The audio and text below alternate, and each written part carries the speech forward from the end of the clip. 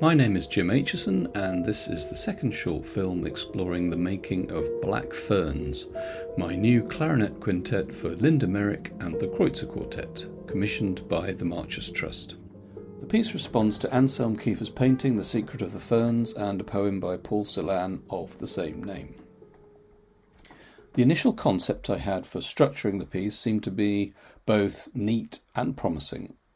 It was comprised of two kinds of material, a chaconne or chord sequence, imagined as stalks moving vertically with a detachable grand bass,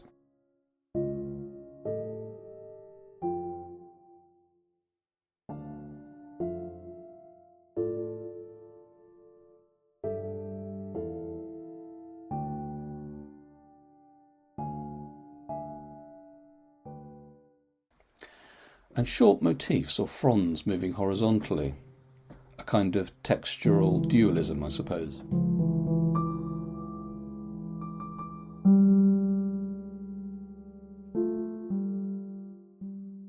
In practice, it didn't hold. The fronds, despite being conceived in the horizontal plane, when in combination they inevitably already created vertical relationships of their own.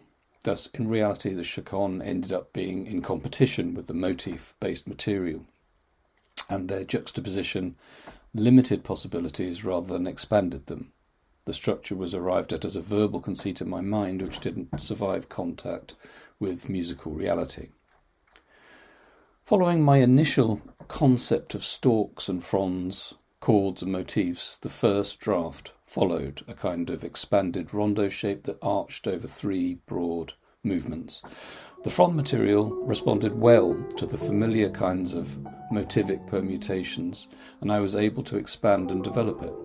The chaconne chordal material, based on a grand bass and variations, resisted development or went off in directions that felt less relevant to the expressive territory of the motif-based material and my concept for the piece. Even so, the chaconne-derived material was very present in the first draft. More and more doubts hit me as I reflected upon the direction of the first draft and how it just wasn't working.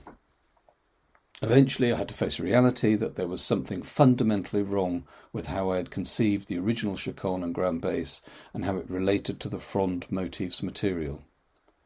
My solution was to try reconfiguring the harmonic sequence, changing the harmonic qualities of the chords considerably to see if this shifted anything, which it did, but in totally unexpected ways.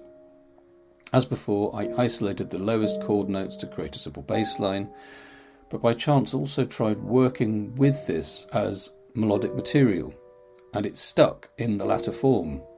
I discovered it worked as a slow fugue subject.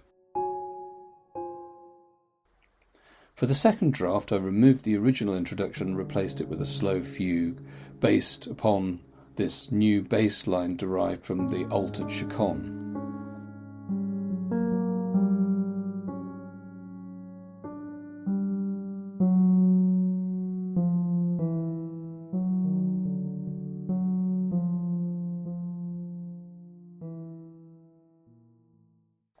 I also created a new section presenting this new melody in bold unisons and octaves against a rhythmicized version of the altered chaconne.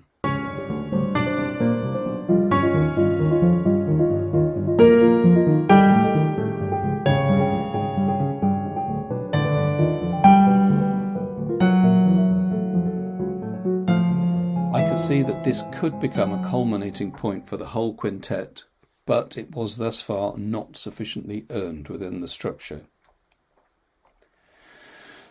With draft 2, I felt I was moving closer, but the structure was still unbalanced and the culmination unearned, with quite a weighty, slow fugue at the beginning and the same fugue subject returning as a unison melody for the climax, but not interacting much with the rest of the piece. For draft 3, I found a solution in transforming my understanding of the new melody derived from the altered chaconne. I realised that if I understood it and treated it more like an ID fix, a recurring slow line with the character of a cantus firmus, this would give me a new way of this material relating to and interacting with the frond motif material. So I struck upon the idea of moving the opening fugue to the centre of the piece, where its weight felt more appropriate, and I composed a new intro that exposed the ID fix more simply, accompanied by the first iterations of the frond material, thus establishing an interaction between the two areas of material from the outset. Overall, it gave a structure which had a new access, long, slow sections based on the ID fix, alternating with volatile sections derived from the frond motifs. This was no longer about a poorly thought-through textural interaction between stalks, fronds, verticals and horizontals. The piece was now about expressive and durational contrast and recurrence. For draft 1, I had already experimented with applying nested Fibonacci durations to the chords of the original chaconne, even though I was dubious about this given the tendency for connections to natural patterns to be somewhat overblown. However, given the prominence of the pattern in Kiefer's painting, I decided to keep these durations in the altered chaconne sequence and in the ID fix derived from it, and to apply these strictly to every recurrence reflecting the geometry in Kiefer's painting, hopefully without becoming conceptually or musically contrived and overbearing.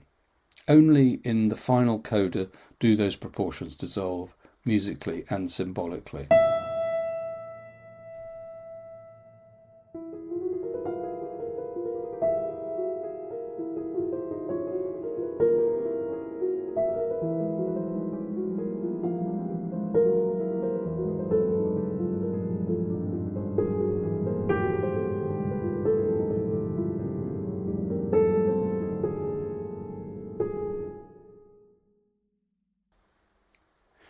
Looking at the structural schematic across the drafts makes the evolution described above plain. Draft 1 is dominated by the original A material, the ground bass and its harmonic textures. By draft 3, the A material is almost completely gone. The D material, the ID fix and its transformations, has taken over, alternating with B and C, the frond motif material. The piece has redefined itself around this new spine. This says to me some really interesting and sometimes very uncomfortable things about composing. Sometimes the most promising ideas dearly held on to turn out to be dead ends, often via misconceptions in terms of their function and how they relate to the other material in the piece. The piece gradually restructured itself by working with sounding musical relationships rather than clinging to an unrealistic verbal model. Letting go of the stalks and fronds binary allowed the authentic expressive engine of the piece to come through. Expressive and durational contrast and recurrence.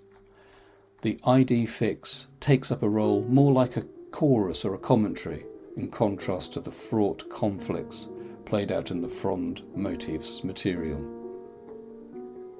In the next film, I will look in more detail at the challenges of writing for clarinet, an instrument that I don't play, revising the clarinet writing in the new quintet in collaboration with the work's dedicatee, Linda Merrick.